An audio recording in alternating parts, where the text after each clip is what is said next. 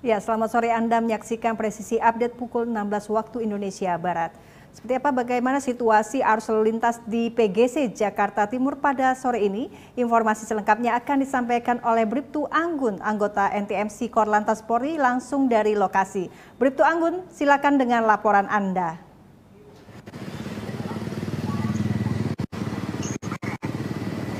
Baik, terima kasih rekan Rahma. Selamat sore pemirsa. Saat ini saya sedang berada di kawasan Simpang PGC Cililitan, Jakarta Timur, di mana pada jam berakhirnya aktivitas perkantoran atau arus lalu lintas saat ini sudah mulai adanya peningkatan kendaraan dan terjadi ketersendatan di traffic light sejauh kurang lebih 200 meter ke belakang.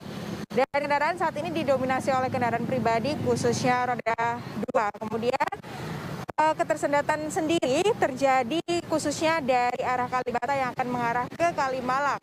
Dan ketersendatan arus lalu lintas ini selain karena bertepatan dengan jam berakhirnya aktivitas perkantoran, juga karena banyaknya aktivitas angkutan umum yang menurunkan penumpang di median jalan sehingga sesekali mengganggu kelancaran arus lalu lintas di kawasan ini. Kemudian dari arah Kalibata yang akan mengarah ke Halim maupun dari arah sebaliknya, yakni dari arah Halim yang akan mengarah ke Dewi Sartika ataupun yang mengarah ke Kalimalang, juga saat ini terlihat ramai lancar. Kami menghimbau bagi seluruh pengendara agar tidak menerobos traffic light mengingat padatnya arus lalu lintas pada sore hari ini. Dan kami ucapkan terima kasih bagi pengendara roda 2 yang sudah berhenti di belakang garis stop. Kemudian untuk kendaraan dari arah Kramat Jati yang akan mengarah ke Dewi Sartika maupun Kalimalang, saat ini juga terjadi peningkatan volume kendaraan. Dan hal ini akan terjadi hingga petang nanti karena bertepatan dengan jam berakhirnya aktivitas perkantoran. Tetaplah patuhi peraturan dalam berlalu lintas dan ikuti arahan petugas kami yang sedang berada di lapangan. Dan kondisi arus lalu lintas selengkapnya Anda dapat menghubungi call center kami di 1500669 atau juga dapat melalui SMS Center di 9119. Stop pelanggaran, stop kecelakaan, keselamatan untuk kemanusiaan, Indonesia tertib, salam presisi. Demikian Bribtu Anggun melaporkan, kembali ke studio. Ya, terima kasih Bribtu Anggun, selamat kembali bertugas.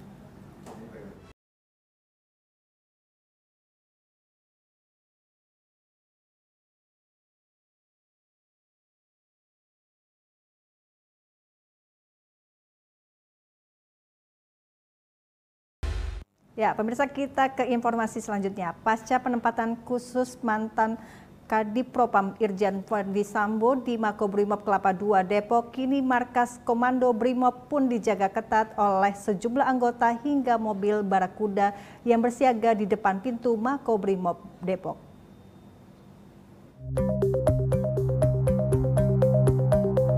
Mantan Kadif Propam Polri, Irjen Pol Verdi Sambo dijaga ketat selama diamankan di tempat khusus Makobrimob Kelapa II Depok, Jawa Barat.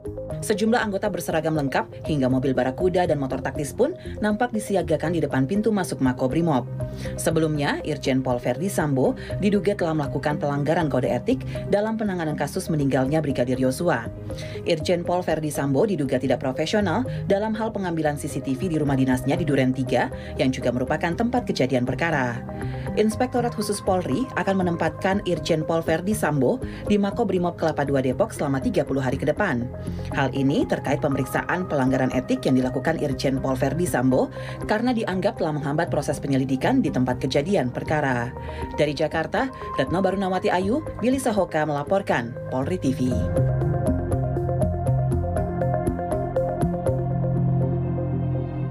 Ya, pemirsa, hari ini direncanakan akan berlangsung konferensi pers yang akan rencananya disampaikan langsung oleh Kapolri.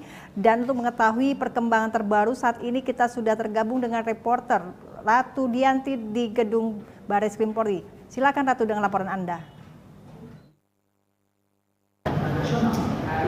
Ya, selamat sore Rahma dan juga pemirsa. Memang rencananya pada sore hari ini Kapolri Jenderal Polisi Listio Sigit Prabowo akan mengumumkan secara langsung terkait dengan adanya tersangka baru dari kasus penembakan yang terjadi terhadap Brigadir J. Memang semula agenda ini direncanakan akan berlangsung pada pukul 4 sore hari ini, namun kemudian kami mendapatkan informasi bahwa agenda hari ini akan ditunda hingga nanti sekitar pukul 16 maksud kami sekitar pukul 18 waktu Indonesia bagian Barat.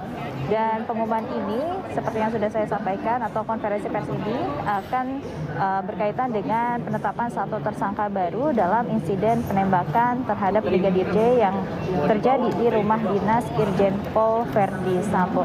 Memang untuk kondisi atau suasana di gedung Rupatama ini sendiri saat ini awak media masih menunggu jalannya konferensi pers berlangsung yang akan berlangsung pada sore hari nanti sekitar pukul 18 waktu Indonesia bagian Barat. Dan di sini juga masih dilakukan sejumlah persiapan, termasuk juga ada pemutaran video yang mana video ini berisi mengenai tentang bagaimana Polri atau tim khusus Polri itu bekerja dan mengungkap suatu kasus. Adapun video yang ditayangkan yaitu terkait dengan bagaimana tim Inavis, kemudian tim Puslapor dan juga tim forensik Polri dalam menangani suatu kasus untuk mengungkap suatu kejadian. Sebelumnya, Polri akan mengumumkan tersangka baru itu atau baru bisa disampaikan usai tim penyidik melakukan gelar perkara. Dan juga polisi telah menetapkan 2 anak buah Verdi Sambo sebagai tersangka kasus pembunuhan terhadap Brigadir J, yaitu Barada E yang dijerat dengan pasal 338 Jungto, pasal 55 ayat 1 KUHP Jungto, pasal 56 KUHP. Dan selain itu ada juga Brigadir Ricky Rizal yang ditetapkan sebagai tersangka. Dan ada juga satu tersangka lainnya adalah supir dari istri Verdi Sambo sendiri. Dan sebelumnya juga Rahma, Irsus atau Inspektorat Khusus telah memeriksa 25 personil Polri terkait dugaan ketidakprofesionalan dalam menangani kasus kematian Brigadir J yang terjadi di rumah dinas Verdi Sambo. Mohon maaf, maksud kami di rumah dinas Irjen Pol Verdi Sambo. Dan 25 personil ini diantaranya adalah 3 Jenderal Bintang 1, kemudian 5 Kombes, 3 AKBP, 2 Kompol, 7 Perwira Pertama, serta Bintara dan Tamtama sebanyak 5 personel.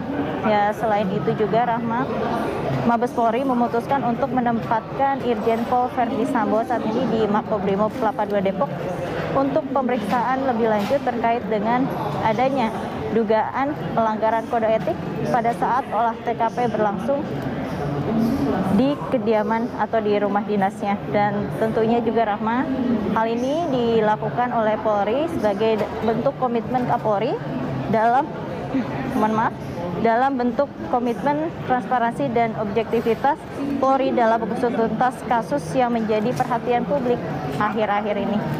Rahma, kembali ke Anda di studio. Ratu atas laporannya dan selamat kembali bertugas. Ya pemirsa, sekian Presisi Update kali ini. Menantikan informasi terbaru kami dalam program Presisi Polri TV lainnya. Dan Anda juga dapat mengakses berita terbaru kami di website tvradio.polri.go.id dan bisa download aplikasi kami di Play Store dan App Store. Terima kasih, selamat sore dan salam presisi.